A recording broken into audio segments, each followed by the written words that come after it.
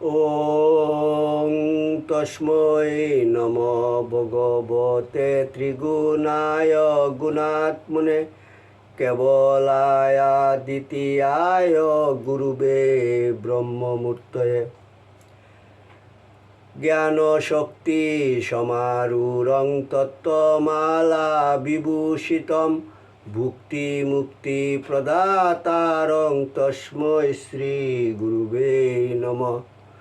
মুকং করোতি বাচালং পঙ্গুং লঙ্ঘয়তে গিরিম যৎকৃপা তমহং বন্দে পরমানন্দ মাধবম। জয় গুরু, জয় গুরু, জয় গুরু।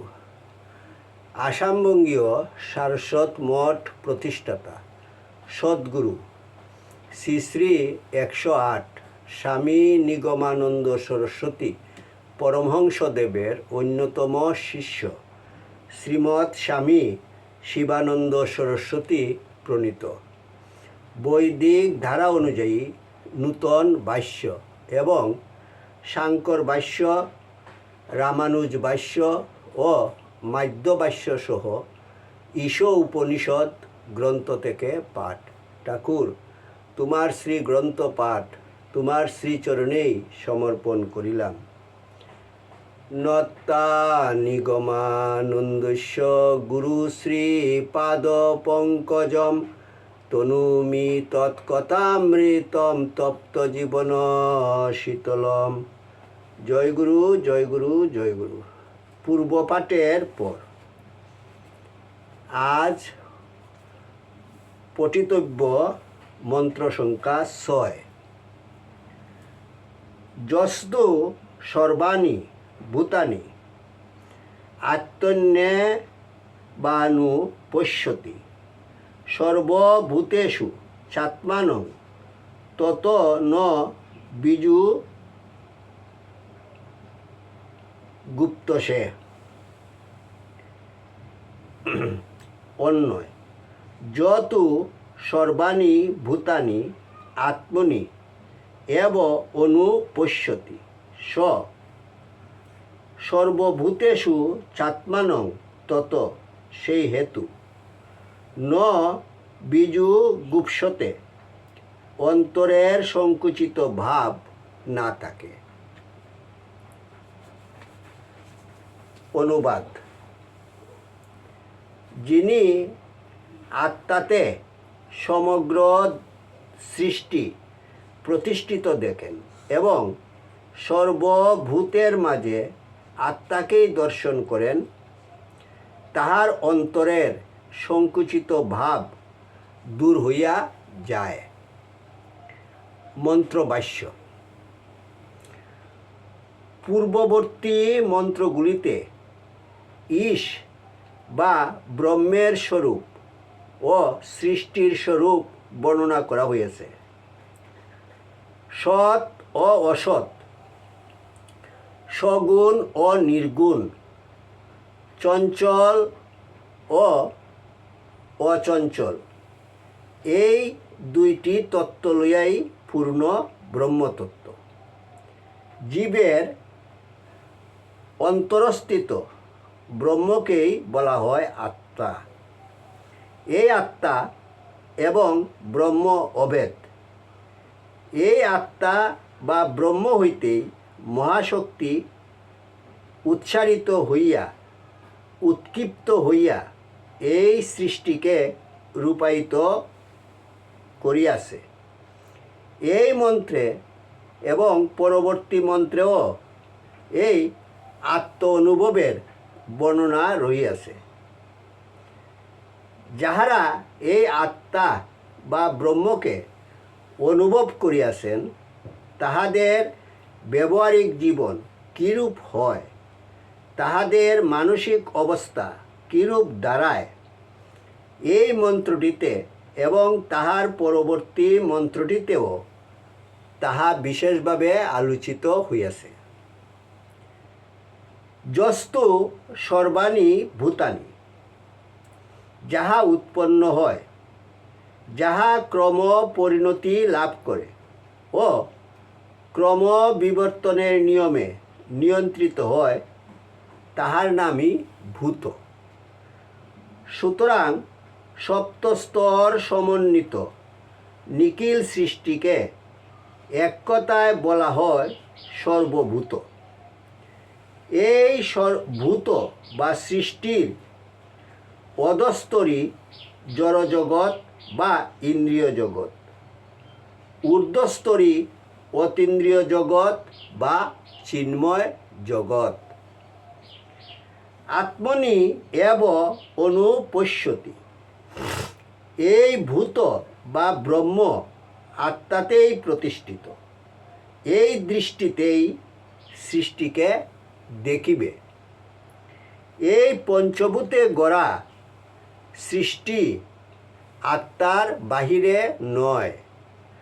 সমুদ্রের বুকে যেমন অহর্নিশি তরঙ্গের খেলা বিদ্যমান, আত্মসমুদ্রের বুকেও তেমনি সৃষ্টিলীলা অনাদিকাল ব্যাপিয়া অভিনীত হইতেছে। কোটি কোটি গ্রহ নক্ষত্রের উদয় ও অস্ত ঘটিতেছে। সর্বভূতেষু চাত্মানং, জীবের আত্মবোধ একেবারে স্থূল পঞ্চভৌতিক দেহে নামিয়া আসিয়াছে। এই জন্যই বেদশাস্ত্রে চেতনার সমুদয় স্তরকেই আত্মা নামে অভিহিত করা হইয়াছে। দৈর্য আত্মা বা দেহধারী পুরুষ, প্রাণাত্মা বা প্রাণময় পুরুষ, মনোময় পুরুষ ও বিজ্ঞানময় পুরুষ, চৈতন্যময় বা আনন্দময় পুরুষ, চিন্ময় পুরুষ ও সৎপুরুষ। সৃষ্টির সপ্তস্তরে এই সপ্ত চেতনাই আত্মার এই সপ্ত বিভাবী বিশেষভাবে আত্মপ্রকাশ করিতেছে। সর্বভূতের মাঝেই এই আত্মভাবের বিচিত্র লীলা অভিনয় চলিতেছে। ব্রহ্ম সর্বভূতেই নিজেকে উদ্ভাসিত করিতেছেন। সর্বভূতে চেতনারূপে তাহারই প্রকাশ, সর্বভূতে চৈতন্য শক্তিরূপে তারই অভিব্যক্তি। আত্মানুভূতির গভীরে প্রবেশ করিলে ব্রহ্ম এবং ব্রহ্মশক্তির পরিণাম এই সৃষ্টিকে পৃথক বলিয়া মনে হয় না। সাধক যখন নিজেকে অনুভব করেন বিশুদ্ধ সত্তারূপে, ব্রহ্মরূপে, তখন আত্মা এবং জগৎ একাকার হইয়া যায়। এই অনুভূতিতে প্রতিষ্ঠিত হইয়াই সাধক উচ্ছ্বসিত আনন্দে বলেন, ঈশা ভাষ্যমিদং সর্বং যৎ কিঞ্চ জগতাং জগৎ। ব্রহ্ম যে দৃষ্টিতে সৃষ্টিকে দেখেন, সাধকের ভিতরও তখন সেই দৃষ্টি ফুটিয়া ওঠে। সাধক তখন বুদ্ধির জগতে, অদ্বৈত অনুভূতির জগতে প্রবেশ করেন। তত ন বিজু গুপ্সতে, গুপ ধাতুর অর্থ গোপন করা, সংকুচিত করা, আড়াল করা। সমগ্র সৃষ্টি আত্মাতেই প্রতিষ্ঠিত। সমগ্র সৃষ্টিতেই পরমাত্মা পরিব্যাপ্ত হইয়া আছেন। এই সত্য দৃষ্টি, এই অনুভূতি যখন সাধকের অন্তরে ফুটিয়া উঠে, তখন সৃষ্টি রহস্য, পরমাত্মার রহস্য তাহার কাছে আর গোপন থাকে না, আড়াল থাকে না, অপ্রকাশ থাকে না। অবিদ্যার মেঘ আবরণ সরিয়া গিয়া যখন জ্ঞান সূর্যের প্রকাশ হয়, হৃদয়ের সংকুচিত ভাব দূর হইয়া যায়।